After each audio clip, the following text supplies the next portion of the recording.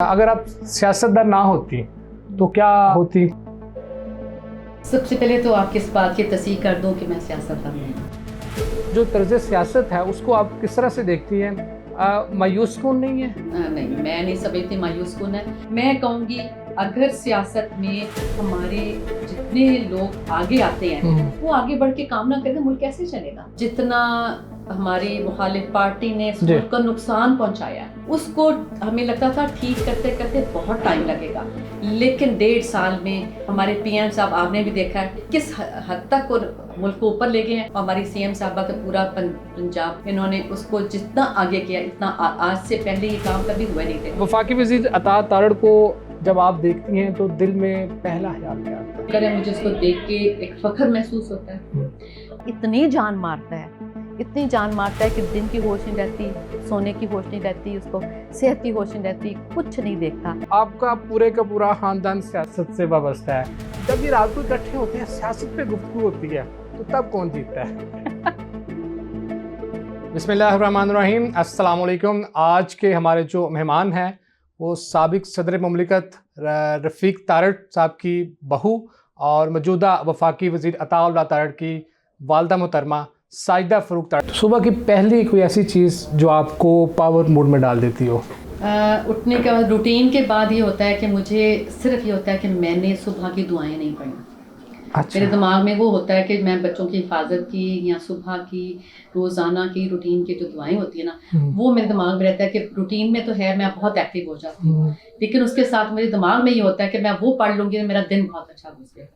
तो वो उन दुआओं को मैं ज़रूर शामिल करती हूँ। मुझे ये बताइएगा कि आज आप सियासत में हैं, आपके एक बेटे को अभी हाल ही में वज़ीराबाद से टिकट जारी हुआ है मुस्लिम लीग नून से, एक दूसरे बेटे जो आपके वो वफाकी वज़ीर है और आपका सियासत से ही ताल्लुक़ है। अगर आप सियासतदान ना होती तो क्या होती? कोई फलाही अदारा चला रही होती, कोई स्कूल कॉलेजेस, क्या कर रही होती? सबसे पहले तो आपकी इस बात की तस्दीक कर दूं कि मैं सियासतदान नहीं। अच्छा।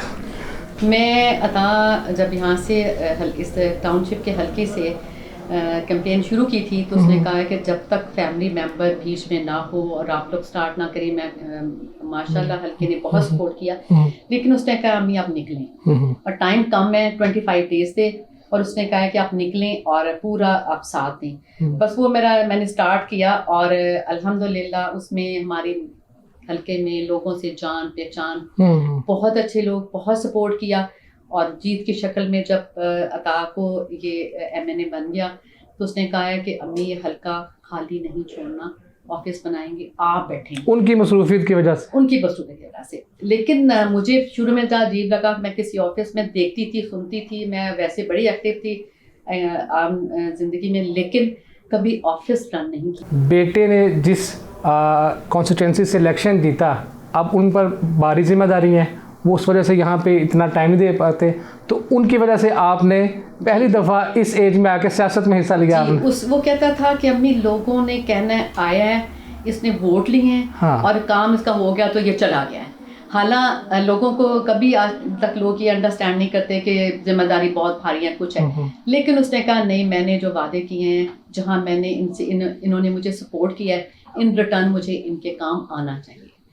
तो वो फिर उसने कहा कैसे मैं हो सकता है कि मैं इतना टाइम ना दे सकूं, आप बैठे, आप लोगों के काम करें, हल्के का एक ऑफिस चलाएं। तो वो मैंने स्टार्ट किया तो अल्हम्दुलिल्लाह 1.5-2 में मैंने इतना सीख लिया कि अब लोग मेरे से बहुत प्यार भी करते हैं, लोग मेरी इज्जत भी करते हैं और मुझे अच्छा भी लग रहा है। और मुझे सबसे ज़्यादा इतना सुकून मिल रहा है कि अता ने भी फील किया कि अम्मी आप बहुत फ्रेश हो गई हैं और आप अच्छा, आपके लिए बहुत अच्छा है, ये एक्टिविटी बहुत अच्छी है, लोगों के काम आना मेन मकसद कि जो तर्ज सियासत है उसको आप किस तरह से देखती हैं?